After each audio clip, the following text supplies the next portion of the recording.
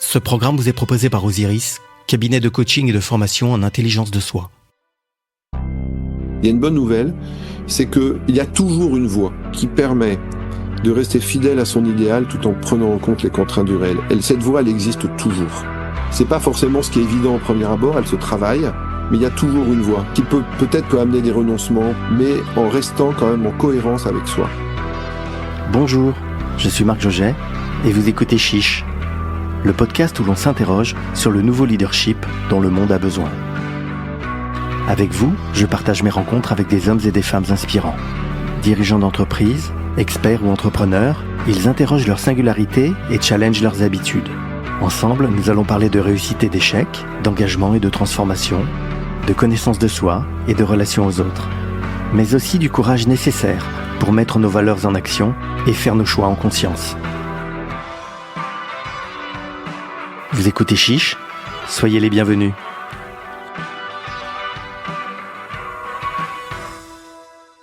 Il y a des personnes que l'on rencontre pour la première fois, mais qu'on a l'impression de connaître depuis longtemps.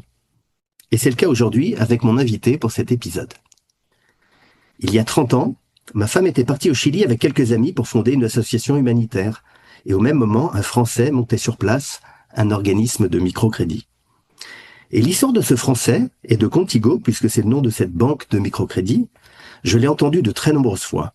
Il y a quelques années, un de mes bons amis était aussi secrétaire général des EDC, et rencontrait par conséquent beaucoup de dirigeants engagés et passionnants. Et il y a un nom qui revenait régulièrement aussi dans ces conversations. Enfin, j'ai aussi quelques amis nantais, des entrepreneurs passionnés, dont j'ai toujours écouté avec plaisir et admiration les histoires business de leurs entreprises qui se développent. Et là encore, le même nom revenait parfois dans nos conversations. Même si je le rencontre pour la première fois aujourd'hui, j'ai donc l'impression de le connaître déjà un peu. Et c'est pour ça que je suis si content d'accueillir aujourd'hui Hubert de Boisrodon au micro de Chiche. Hubert, bonjour. Bonjour Marc, c'est une joie aussi pour moi. Merci de nous accorder un peu de ton temps précieux pour partager avec nous ton parcours, tes idées. Et Dieu sait qu'elles sont nombreuses et qu'elles sont incarnées. Alors dans les conversations et dans les épisodes de Chiche, c'est l'invité qui se présente lui-même. Et si tu veux bien, j'aimerais bien que tu nous parles en particulier des moments clés de ta vie qui ont fait qui tu es aujourd'hui. Écoute, merci beaucoup Marc. J'ai beaucoup de plaisir effectivement à être avec toi et avec vous tous pour évoquer ce parcours qui est un parcours, je dirais, atypique. Atypique qui s'est pas du tout passé comme c'était prévu.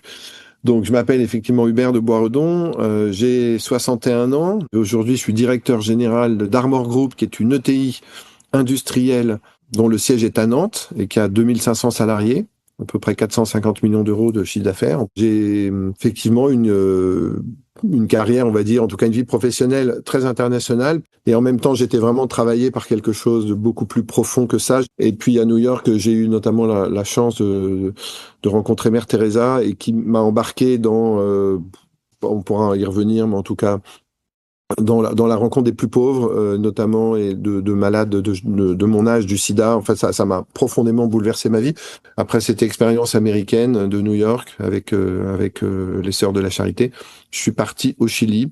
Et au départ, j'étais parti pour 2 ans. En fait, j'y suis resté 7 ans pour développer Contigo, donc cet organisme de microcrédit, qui a été une vraie expérience de création d'entreprise et à but social, qui m'a vraiment éclairé sur ce que pouvait être le rôle de l'entreprise et de l'économie, quand il est tourné vers les autres et vers le bien pour tous, en fait, vers le bien commun. Et aujourd'hui, quand tu diriges Armor Group, c'est aussi quelque chose que tu as en toi. Armor Group, c'est un groupe que tu as repris, je crois, il y a quelques années. Alors, Armor Group, c'est une entreprise que je n'ai pas créée, puisqu'elle a 103 ans.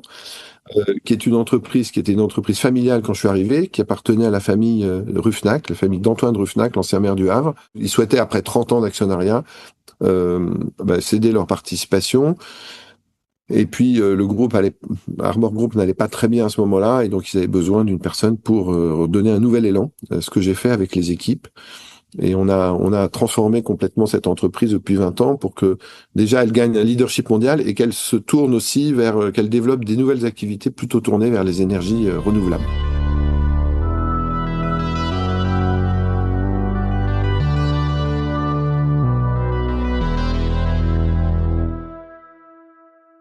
Quand je t'entendais raconter en fait ce parcours, et on y reviendra dans l'épisode, parce qu'en fait on va parler ensemble de courage, le courage du chef. C'est le titre en fait d'un livre que tu as écrit et que je suis ravi de dérouler un peu aussi aujourd'hui. Si on démarre avec cette notion de courage, hein, le courage du chef, j'ai l'impression que tu pars d'un constat qui est assez simple, qui pourrait être, on confond souvent le courage du chef avec la force, avec la domination, même peut-être même avec un privilège réservé à une élite. Mais toi, tu proposes autre chose. Pour toi, agir en chef, c'est surtout la capacité de conduire sa vie, de décider, de servir quelque chose qui est plus grand que soi et au final de rester fidèle à soi-même sans se couper des autres. C'est ça le courage si on pose quand même comme ça une définition pour démarrer notre entretien? Oui, oui, pour moi c'est ça, et c'est aussi ça le leadership auquel je souhaite inviter les personnes. Pour beaucoup de gens, on est leader dans la mesure où on dirige un ensemble de gens, on a des grandes équipes, où on est un chef d'armée ou un chef d'orchestre. Enfin bon, moi j'aime bien cette phrase qui est on est invité à mener notre vie de notre propre chef. C'est-à-dire, il s'agit quand même de savoir où on veut aller, déjà pour soi. Je pense que être leader, c'est d'abord une capacité de fidélité à ce qui est le plus sacré, le plus essentiel, le plus profond en nous, c'est-à-dire nos valeurs. C'est lié à une force d'âme avant d'être lié à une quelconque importance de statut. C'est relié à une capacité d'authenticité, de reconnaître déjà qu'est-ce que je porte de plus essentiel, et puis d'être fidèle à ça. Et donc le courage, pour moi, il se situe dans cette capacité de fidélité, cette décision de fidélité à qui je suis, et à ne pas dévier de ma ligne. Voilà, c'est ça pour moi le courage. Le lien entre courage et leadership, c'est que quand on a ce courage d'être fidèle à soi-même, ça nous amène souvent à prendre des positions, à faire des choix qui vont pas forcément dans le sens de la mode, ni de la norme. Parfois, ça demande de résister à des injonctions externes. En fait, le courage, c'est quand même de dire, est-ce que c'est ça que j'ai envie de vivre? Est-ce que c'est ça ce que je suis? Est-ce que j'ai pas à développer ma propre manière de diriger? Est-ce que dans ta carrière, j'imagine il y a des moments justement où tu as eu ce courage, où tu as fait des actes, où tu as agi comme ce chef courageux dont tu parles. C'était quoi les moments, le contexte et qu'est-ce que tu en as retenu de ces moments forts là de courage ou d'action en chef? Alors, il y a eu plusieurs moments. Alors, ça a commencé par un moment assez jeune. C'est que bon, je réussissais pas trop mal en classe, j'étais plutôt bon en maths, etc. Donc, de façon un peu, je me suis laissé conduire et j'ai postulé, j'ai été pris en maths sup. Et au fond, mon premier acte, ça a été au bout de 15 jours de réaliser que c'est pas du tout ce que j'avais envie de faire. Que je voyais mes copains qui faisaient un peu de maths, mais aussi de l'histoire, de la philo, du français, enfin en prépa commerce, et que c'était beaucoup plus ce qui me correspondait. Et du coup, là, j'ai eu le courage d'aller voir le directeur de l'école en disant, mais écoutez, je pense que je me suis trompé. Et je me revois lui dire à ce moment-là, de façon extrêmement sereine, je sais, mais ce qui me correspond, c'est ces études-là. Et je sais que je serai plus heureux là, et c'est là où je vais donner le meilleur. Ça a été mon premier acte, et qui a été précurseur de toute la suite. Parce que ensuite, quand j'ai vécu cette expérience à New York où j'ai été confronté, alors d'un côté, j'étudiais à côté de Wall Street, New York University, et puis la finance internationale, et puis j'allais le matin distribuer la soupe populaire dans le Bronx. Évidemment, c'était le grand écart. Mais en quittant New York, je me revois très bien marcher dans la rue et me dire en moi-même, c'est étonnant, en fait, Hubert, tu as changé. Et est-ce que tu acceptes que tu as changé? Et au fond, qu'est-ce que tu souhaites? C'est ce que tu as vécu de façon un peu tiraillée entre deux extrêmes, la finance d'un côté, les pauvres de l'autre, et puis je dirais dans mon cas, peut-être même une expérience de l'ordre de la foi. En fait, est-ce que tu pourrais pas le vivre en unité? Et là a démarré une nouvelle étape qui est, je suis parti, on est parti à 4 avec 3 amis, pour cette coopération. Et là, ça a été effectivement un choix de courage, un peu de quitter mon pays, de partir à l'inconnu. Ça a été la chance de ma vie parce que j'ai vécu là une expérience de liberté intérieure extrêmement, extrêmement grande, de rencontre du réel, de la situation pas facile et de création d'entreprise. On a développé cet organisme qui s'appelle Contigo, qui veut dire avec toi, où on a voulu montrer qu'il était possible, en fait, de prêter aux plus pauvres et que ça marchait. Et donc ça a été un élan extraordinaire qui fait que je suis resté 50 plus au Chili. Voilà, donc ça, c'était un des moments de courage. Après, c'est vrai qu'il y en a plein d'autres. Quand je t'entends décrire en fait ce qui s'est passé en toi et comment tu l'as vécu, est-ce que c'est oser un engagement de toute sa personne dans chaque décision? Est-ce que c'est ça être courageux? Oui, moi je crois que c'est en tout cas, c'est être cohérent avec ce que l'on a de plus cher. Et c'est, alors, peut-être le dire, l'engagement de toute sa personne dans chaque moment, ça peut paraître très exigeant. En tout cas, mais c'est tendre vers ça. C'est tendre vers, en tout cas, enfin, peut-être se poser cette question. Est-ce que, au moment où je parle, au moment où j'agis, est-ce que je suis authentique? Est-ce que je suis dans ma cohérence? Ou est-ce que je joue un jeu? Par exemple, hier, j'avais une réunion avec mes équipes, début d'année. Le contexte économique est difficile actuellement. Donc, on revoyait les plans d'action commerciaux qu'on devait développer et je trouvais que ce qui m'était présenté était un peu plein d'intentions, mais c'était pas Pas efficace. concret ou en tout En fait, je regardais, j'étais insécurisé par ce qui m'était présenté parce que ça manquait de force. Et là, j'ai bien vu le combat qui s'est joué en moi. Est-ce que je laisse la présentation se faire et je leur dis, bah, merci beaucoup, essayez de continuer de travailler, etc. ouais. Merci pour votre effort. Ouais. De manière authentique. Bah, la vérité, je vous entends, j'ai pas de doute de vos intentions, mais par contre, je tiens à vous dire que je ne suis pas sécurisé par ce que vous me dites, parce que je trouve que ça va pas, c'est pas assez précis, c'est pas assez clair, c'est pas assez loin, et donc je vous demande d'être beaucoup plus précis, beaucoup plus incisif dans ce que vous allez préparer, et en tout cas, tant que je ne serai pas sécurisé, je considère que vous n'êtes pas allé au bout. Eh bien, voilà, dire ça, c'est pas non plus leur dire vous êtes nuls. C'est leur faire état de manière authentique et d'une certaine façon assez vulnérable, puisque je leur dis, c'est moi qui suis insécurisé, mais de leur permettre de comprendre pourquoi je mets une exigence. J'ai besoin que vous soyez bien meilleurs pour qu'ensemble nous soyons convaincus que nous allons réussir. Cette vérification, est-ce que je suis authentique dans ma manière d'agir ?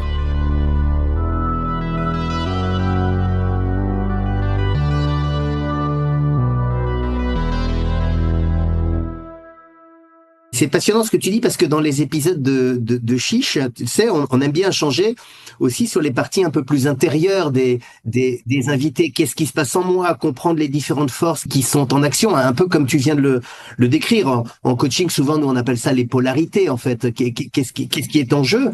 Et justement, dans ces moments-là, ou en tout cas d'authenticité ou de courage, c'est ça qu'il faut décrypter. Comment toi tu t'y prends justement? C'est quoi la gymnastique qui se passe en toi et comment tu fonctionnes? Il y a un peu le naturel et puis il y a aussi un peu une méthode qui est celle qu'on décrit je décris dans le livre Le Courage des chefs, qui résulte d'un travail fait de manière conjointe avec un plus jeune ami associé qui s'appelle Louis Faure, avec lequel on a créé une entreprise qui s'appelle Eotecum, en fait, qui est une entreprise qui accompagne des dirigeants, des acteurs de projet. On a vécu une expérience on a formalisée et qu'on appelle compagnonnage. On a essayé de formaliser la manière dont on s'est accompagné l'un l'autre par rapport justement à ces prises de courage, à ces actes de courage ou ces invitations au courage. Je vais essayer de le faire sur cet exemple. Je vois dans la présentation qui est faite, à un moment donné, je ressens un malaise.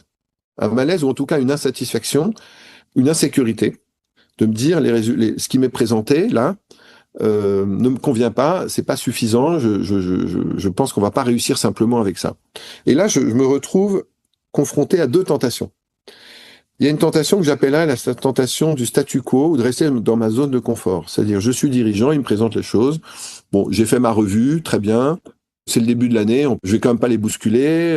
On est là pour souhaiter la bonne année, donc je leur dis merci beaucoup. Bah écoutez, continuez le travail, etc. Mais au fond, je repars avec le sentiment moi-même de pas avoir été au bout de ce que j'avais à dire. Et puis je ressortirai avec le sentiment que de toute façon, on va pas vraiment progresser comme ça. Mais un peu par confort, je reste dans ce statu quo, de ce qu'on appelle, le nom qu'on a donné, c'est l'oasis. En fait, on est bien là. Il y a de l'eau, il y a un peu de soleil. On va pas risquer d'aller dans le désert et puis on reste tranquille. On est au chaud. On est au chaud. Mais situation que l'on vit très souvent. Bien sûr. Bien sûr, au moment où tu l'as décrit, moi, il y a plein de situations qui me viennent à l'esprit, et probablement chez nos auditeurs, où cette situation écoute, on est au chaud, on remettra ça à demain, on l'a tous vécu tellement de fois. Voilà. Alors, sachant que l'oasis, parfois, il est nécessaire, enfin, cette situation est nécessaire pour se protéger, parce qu'on a besoin de prendre des forces, etc. Mais le signe qu'on est amené à en sortir, c'est qu'on sent quelque chose qui pousse en soi, de se dire, ah, mais j'ai possibilité de mieux. J'ai envie, il y a un espèce d'appel de vie, de vérité, quelque chose qui me pousse en avant. Et là, se vit un deuxième combat. Est-ce que j'y vais? Est-ce que j'y vais pas? Et donc, c'est là où soit j'y reste, soit j'y vais. Bon. La deuxième tentation, c'est de me dire, en fait, il me présente un truc qui me va pas. Attends, je vais les allumer, quoi. Je vais les allumer. Je vais les écraser. Je vais leur montrer qu'ils sont pas à la hauteur et que moi, je suis au-dessus d'eux. Voilà. Et donc, je les dénigre, je les rejette intérieurement, je les affaiblis. Enfin, bon. Et cette tentation, c'est ce que on a donné un nom qu'on appelle l'arène. Et l'arène, c'est un petit peu, on se retrouve comme ça dans l'arène, justement, et Ouais, là, c'est une question de supérieur, de vie ou de mort, de combat, quoi. devenir au mort de combat, et on se dit, voilà, j'ai aussi peur du jugement de l'autre. Et donc, entre les deux, il y a quoi? C'est ce que j'appelle l'acte de courage, mais qui est aussi ce que j'appelle l'acte de leadership de la ligne de crête, c'est-à-dire comment, moi, faire une sortie d'oasis, c'est-à-dire, dire, en fait, la vérité, c'est que je suis pas à l'aise.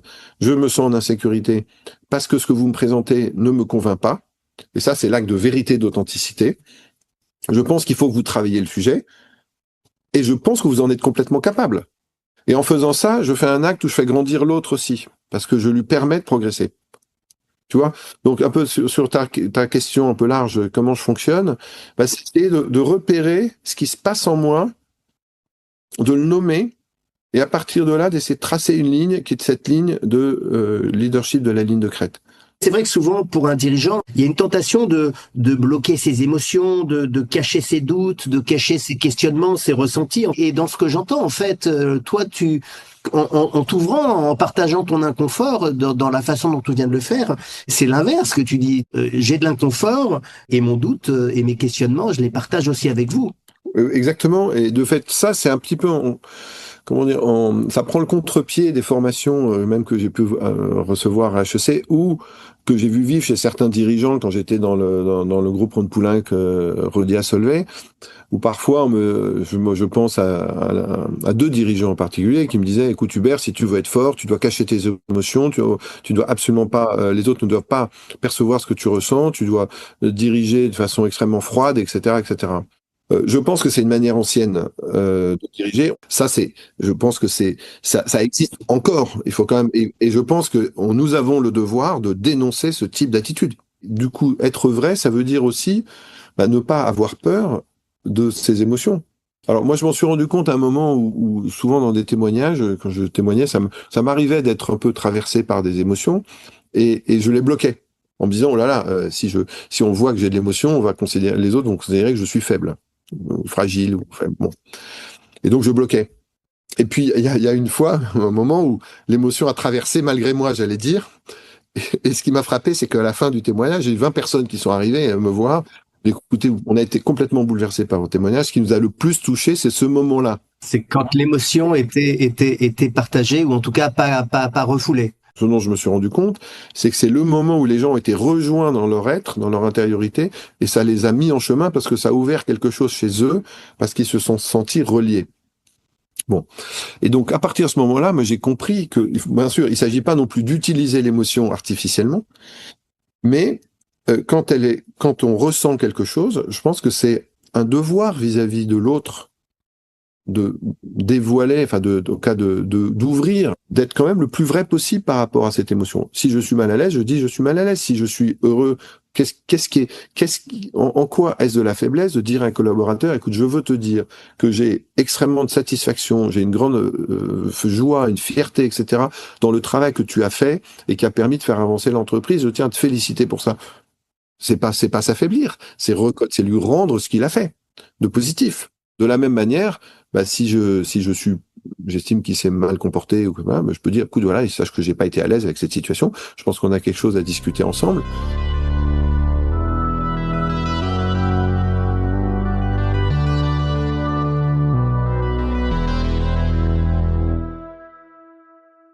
il y a un deuxième aspect du courage que j'ai retenu dans ton approche, c'est celui aussi de la réalité. En fait, le courage dont on a besoin pour se confronter au réel, pour décider dans l'incertitude, pour traverser des moments de peur, par exemple.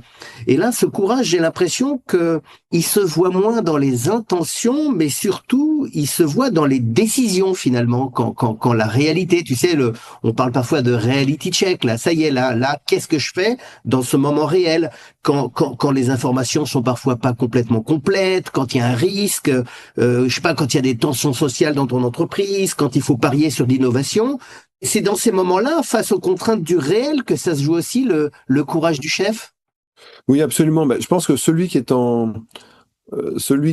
en situation de responsabilité de des décisions est forcément soumis à cette contrainte du réel, qui n'est pas facile parce qu'elle peut le mettre en porte-à-faux par rapport à son idéal, parfois. Et là, il y a deux tentations. Il y a la tentation, je suis quelqu'un de conviction, d'idéal, etc. Donc, devant une situation réelle difficile, je fais la politique de l'autruche, et donc je continue à parler de mon bel idéal, mais je n'agis pas parce que l'action risque de mettre en porte-à-faux. Par exemple, une activité qui marche pas bien, je vais devoir licencier, mais moi je suis quelqu'un qui a un idéal de générosité, d'humanisme, etc. Donc, je vais pas prendre la décision difficile. Résultat, l'activité périclite, elle peut entraîner toute l'entreprise. De l'autre côté, c'est écoutez, moi je regarde les contraintes du réel, comme le réel est compliqué, comme le réel est difficile, je mets un couvercle sur mon idéal. Ce leadership de la ligne de crête dont je parle, c'est celui qui intègre l'idéal et les contraintes du réel à la fois. Il y a une bonne nouvelle, c'est que il y a toujours une voie qui permet de rester fidèle à son idéal tout en prenant en compte les contraintes du réel. Et cette voie, elle existe toujours. Elle n'est pas forcément la première, enfin, c'est pas forcément ce qui est évident au premier abord, elle se travaille. Mais il y a toujours une voie qui peut-être amener des renoncements, peut amener des aménagements, mais en restant quand même en cohérence avec soi. Et c'est pour ça, notamment, qu'on a besoin de l'autre. Qu'on a besoin de l'autre, ça peut être un coach, ça peut être son conjoint dans certains échanges, nos collaborateurs, ou ce que j'appelle un compagnon de route avec lequel on va cheminer, qui va nous aider. Parce que c'est difficile.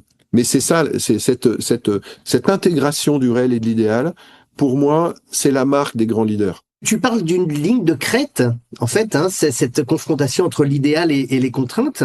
Quel a été, toi, ton moment ou ton dilemme le plus compliqué et dans ce cas-là, comment tu as évité le piège de trahir l'idéal au nom du réalisme ou bien l'autre de nier le réel au nom de l'idéal? Alors, je vais te partager un exemple qui concerne une activité que nous avions développée avec l'équipe. On a cherché à se diversifier par conviction dans les énergies renouvelables pour contribuer à la lutte contre le réchauffement climatique et favoriser la transition énergétique. Et notamment avec notre savoir-faire, on a développé une activité de films photovoltaïques souples, en gros, qui permettait de réinventer les panneaux solaires traditionnels par des films qui pesaient 30 fois moins lourds que des panneaux solaires, sans métaux rares ni silicium, donc avec des matières organiques, donc qui allaient extrêmement dans le sens de l'environnement. J'imaginais même qu'en fait, on pourrait, avec ces films, un jour contribuer à faire avancer la barrière verte, tu sais, dans le désert, en fait, avec des systèmes extrêmement légers qui permettaient de transformer l'énergie du soleil en captation de la vapeur, enfin de la rosée, etc. Donc, un grand idéal, et qui, d'une certaine façon, qui était la synthèse de toute ma vie, si tu veux, de cet idéal de l'entreprise qui contribue au mieux des autres que j'avais développé au Chili, mais aussi mon expérience de direction générale que j'avais développée avec Ron Poulenc, traduite chez Armor dans ces projets nouveaux vers les énergies renouvelables. Une ETI comme la nôtre, on a investi 100 millions d'euros dans ce projet, donc c'était considérable. Pendant 12 ans, on a travaillé avec le CEA, avec donc toute la recherche française sur ce projet. On s'est rendu compte au fur et à mesure du temps qu'en fait, on n'allait pas, que l'équation économique était compliquée, parce que d'une part, la technologie n'était pas complètement aboutie. Ensuite, les énergéticiens français préféraient importer des panneaux chinois pas chers plutôt que de soutenir une innovation française comme la nôtre. Et donc, notre usine n'était pas remplie, etc. Mais pour moi, c'était extrêmement difficile d'acter le fait que nous n'allions pas réussir, parce que dans ma tête, ne pas réussir, c'était perdre mon idéal. C'était si je ne réussis pas, c'est pas le projet qui ratait, c'était l'entrepreneur engagé que j'étais qui ratait. Pendant tout un temps, j'ai résisté, en fait, en me disant, on va y arriver, on va trouver des voies, donc je me battais de tous les côtés pour y arriver. Et j'ai compris, et notamment par le compagnonnage, notamment le compagnonnage avec Louis Faure, qui est plus jeune, il a une trentaine d'années, donc, et qui à un moment m'a dit, mais tu sais Hubert, pour moi, l'Hubert courageux que je reconnais et que j'appelle, c'est pas l'Hubert qui s'accroche à tout prix à ce projet qui a tous les signes qui visiblement va pas réussir, mais c'est l'échec, c'est le l'Hubert qui accepte cet échec et qui pour autant ne renonce pas à son idéal d'engagement. Et là, j'ai compris qu'en fait, il fallait que je sépare en moi ce qui était mon idéal du projet. J'ai compris que je m'étais identifié au projet, que le projet était devenu moi, que j'étais devenu le projet. Et que donc l'échec du projet ou l'arrêt du projet, ça voulait dire que je perdais presque mon identité de dirigeant engagé. Et donc ça a été ce chemin, et de trouver cette ligne de crête, en fait, qui était de dire, bah, le réel m'indique qu'on doit arrêter. Donc, en fait, j'ai pu à un moment acter la décision de dire, il faut arrêter. Mais pour autant, je ne renonce pas à cet engagement. Et donc, on a décidé, j'ai décidé l'arrêt du projet, et en même temps, nous avons investi dans des participations externes de projets extrêmement engagés dans l'écologie, que ce soit dans le solaire, dans l'hydrogène, dans des matériaux conducteurs, etc., qui en fait nous permettent de poursuivre cet idéal, mais de manière adaptée au réel. Et il y a toujours une voie. Il ne faut pas croire que la voie, c'est forcément garder l'idéal et réussir le projet. C'était pas ça la voie. La voie, c'était qu'il fallait que j'accepte la possibilité de renoncer au projet, mais que pour autant, ça ne voulait pas dire que j'avais à renoncer à cet idéal.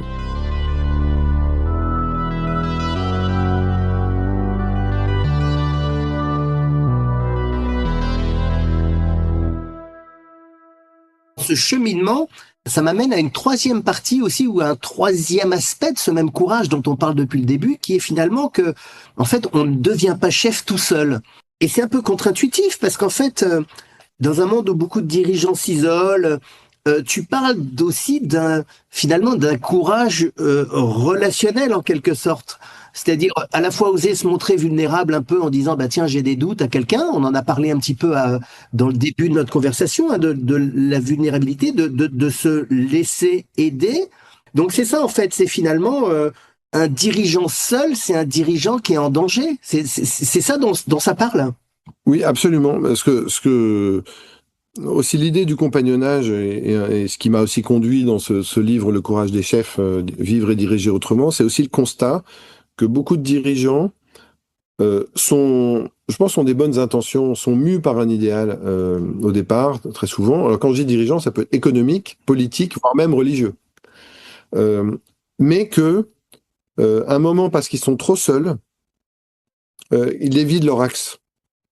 Ils dévient leur axe où ils tombent dans une certaine illusion de toute puissance, de croire que parce qu'ils sont par exemple dotés d'une intuition, alors on peut dire d'un charisme ou d'une vision assez unique, assez extraordinaire, quelque chose fait qu'ils se situent au-dessus des autres, qu'ils considèrent que personne ne leur est égal, qu'ils sont les seuls à détenir la vérité, ou en tout cas à détenir la vision, et que donc finalement, sans eux, le projet s'écroulera, etc., etc.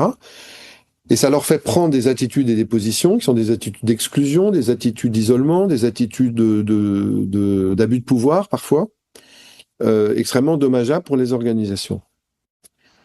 Et la conviction, c'est qu'en fait, on a besoin de l'autre pour rester fidèle et juste par rapport à ses intentions et son idéal. On peut pas rester seul. Et c'est un acte d'humilité qui est nécessaire, en fait, de se dire, bah, je peux être doté d'un talent ou d'une capacité naturelle de leadership, mais je me dois de confronter ce talent à l'autre, à quelqu'un qui est capable d'être assez, qui est bien, quelqu'un qui est capable à la fois d'être bienveillant, mais très vrai et authentique, justement, pour être capable de me challenger par rapport à cet idéal, par rapport à mes idéaux. Toi, tu le retrouves dans le compagnonnage, d'autres peuvent le retrouver dans le coaching. Tout à fait. Que ce soit le coaching ou le compagnonnage sont des lieux d'expérimentation de cette authenticité, de cette vérité. Cet état d'esprit-là me paraît essentiel. J'ai vu tellement de comités de direction où les gens n'osent pas parler. Parce que le dirigeant, quelque part, leur laisse entendre que s'ils expriment une opinion divergente, il va leur taper dessus et que, quelque part, ils ont un risque de se sentir exclus, enfin, d'être exclus, tout simplement, ou d'être... Ou alors c'est tellement évident que ça sera pas pris en compte ou on est même pas écouté. Ou de certaine façon, il y a un peu des jeux d'humiliation. C'est un peu la cour de Versailles, parfois, tu vois, un peu les tacles où on s'humilie. Bon.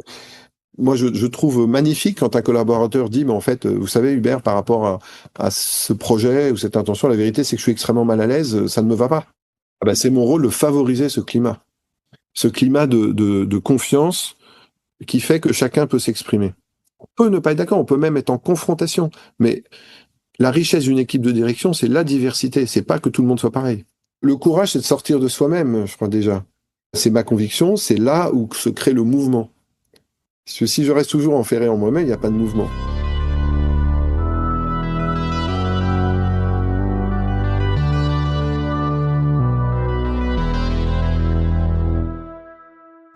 On arrive à la fin de cet épisode de Chiche, et traditionnellement, c'est le moment où je reprends notre conversation et j'essaye de reprendre ce que tu as partagé, Hubert, avec nous, mais avec mes mots. C'est une façon subjective de reprendre ta pensée, telle que je l'ai entendue et comprise durant notre échange. C'est aussi ma façon de te remercier pour notre conversation inspirante. Et ce que je retiens à cet instant où on finit notre entretien, c'est qu'en fait, il existe plusieurs formes de courage. Il y a d'abord le courage de définir ce que l'on sert. C'est pas être fort, c'est pas tenir un rôle, mais c'est choisir une ligne intérieure, un cap, une manière d'être chef qui engage sa vie et pas seulement son agenda, le courage d'une posture, avant celui du courage des décisions.